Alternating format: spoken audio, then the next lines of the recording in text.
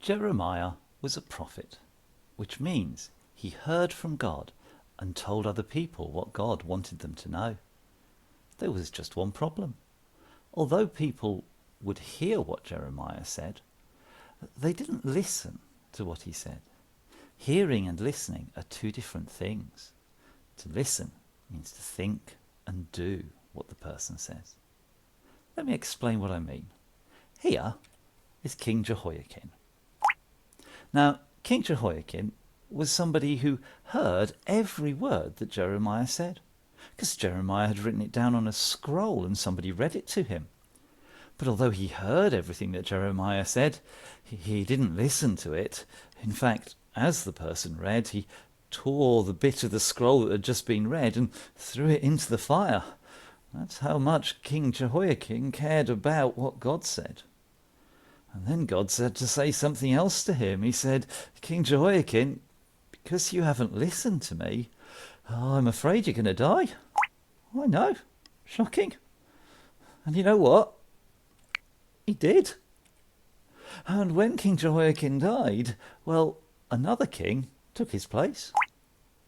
That king, well, he was somebody by the name of King Zedekiah.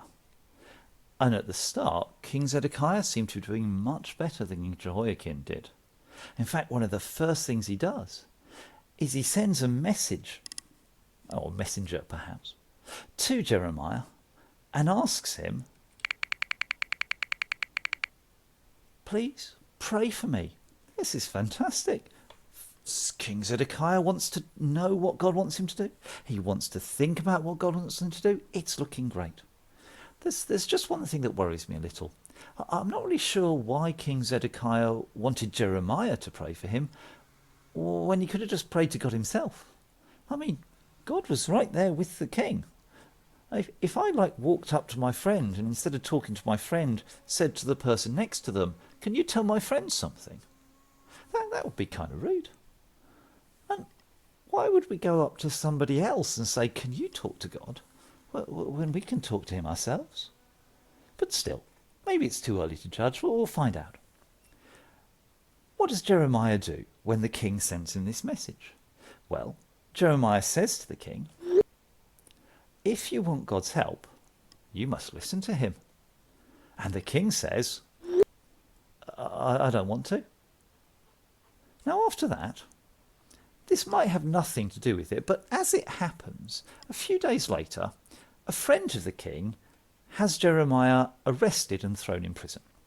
It probably wasn't linked with it, but I just mentioned it. And after that, things start to go quite badly for the king. In fact, an army of Babylonians come and invade his country, which isn't good.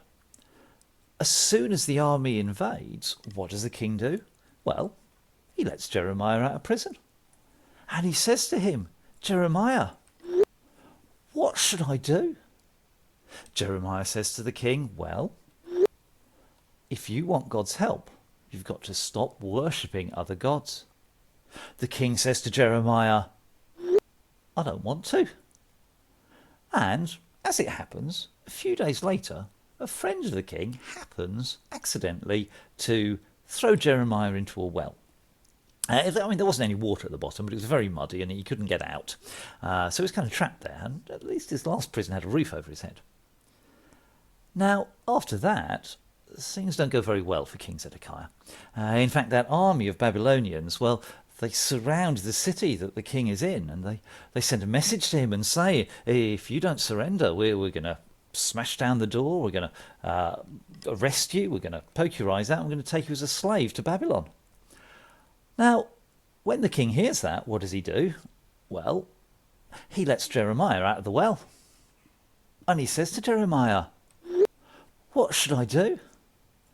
Jeremiah says to the king, well, this is what God says.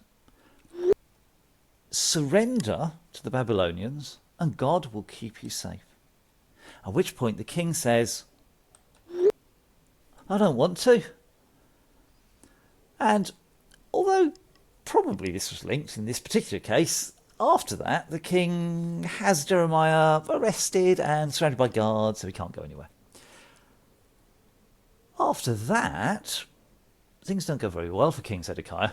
In fact, that army of Babylonians, they smash down the door, they arrest him, they poke his eyes out, and they take him off as a slave to Babylon. And when they do that, the first thing they do after it is they set Jeremiah free. And since there's no king now, the people in Jerusalem, they come to Jeremiah and they say, Jeremiah, what should we do? And Jeremiah says, now look, I can ask God what you should do, but just recently things haven't been going very well for me when I've asked God for people what they should do. And the people say, Jeremiah, it's okay. It's okay. We've seen what happened to the king. We know that he didn't listen to you. And so whatever you tell us to do, we will do. Okay, says Jeremiah, if you're willing to listen, I will ask God.